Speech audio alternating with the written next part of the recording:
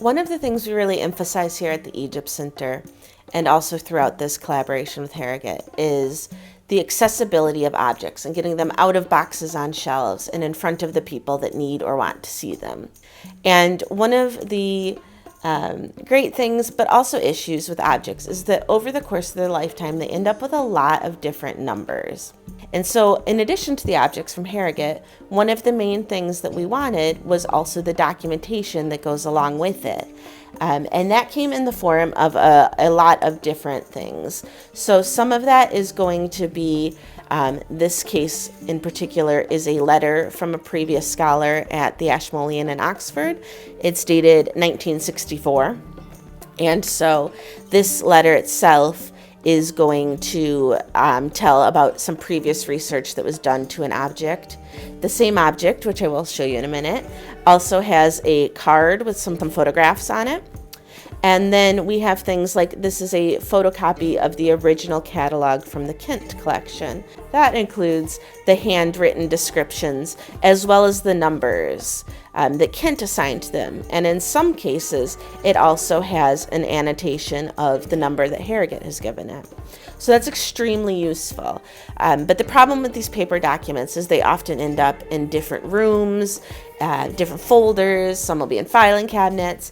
And so one of our goals is also to digitalize all of these things and put them back together on the website with the object that they refer to.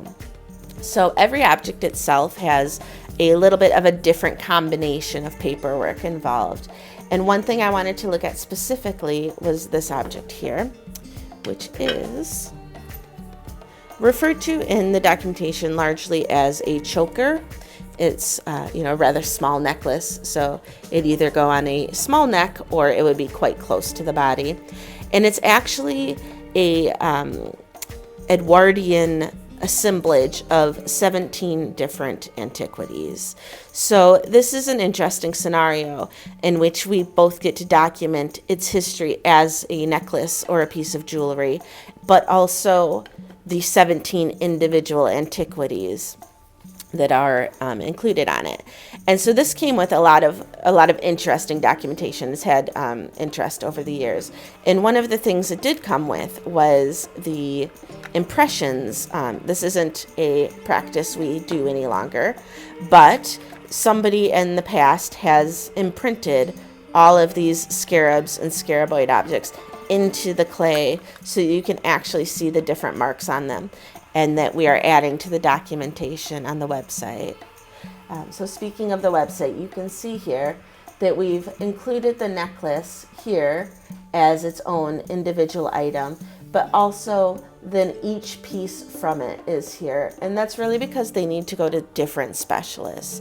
So this includes everything from New Kingdom Egyptian scarabs, which date around 3,500 years ago, to Roman, Etruscan, Phoenician, all the way up to 100 AD.